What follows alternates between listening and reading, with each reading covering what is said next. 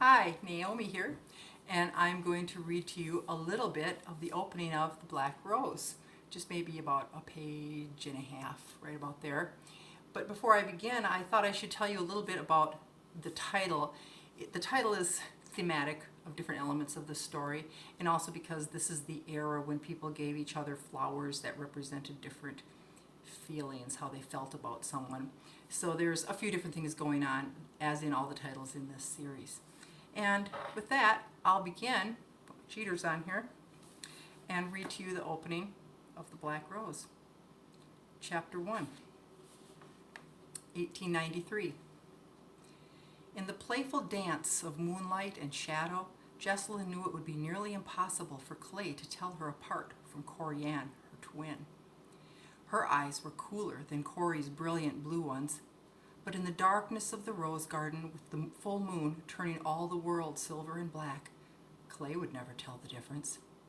This wouldn't be the first time she'd fooled him.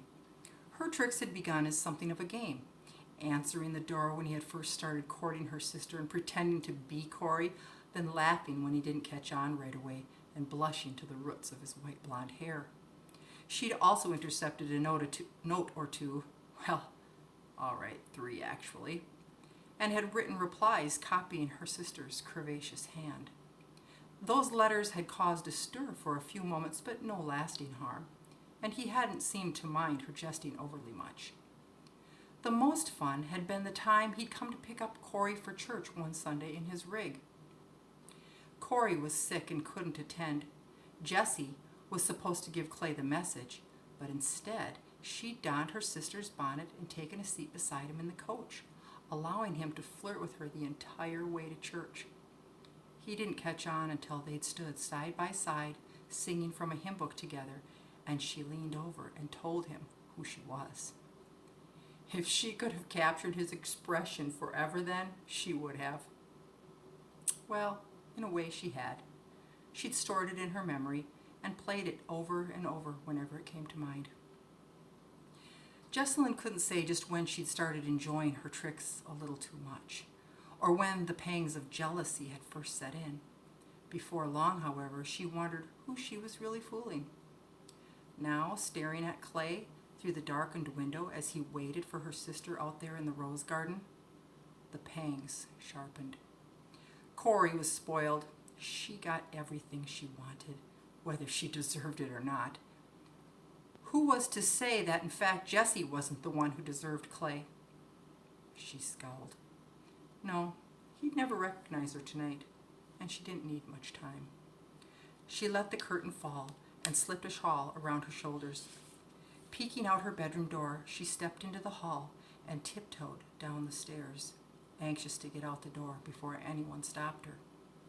She slid her hand down the long banister, pausing at the bottom as she glanced around, certain the family housekeeper and Corey were nowhere in sight. Quietly, she slipped out the door onto the wide porch of her parents' 2.5-story home and pulled the door shut with hardly a click. A quick beam of light from the gas lamp in the hall cast a streak across the porch stairs, then disappeared. Clay's head jerked up. He walked toward her. With only the barest backward glance, she hurried down the steps and met him in the moonlight. I didn't think you were going to come, he said, his voice deep and husky. Of course I'd come. She slipped her hands into his and he kissed one of her knuckles. A shudder passed down to her toes. I don't want to get you in trouble. It is late.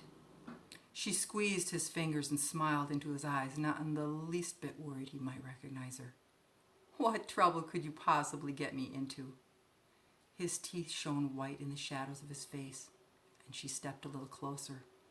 Wisps of his breath skimmed her forehead as she leaned toward him. She was going to kiss Clay Dalton.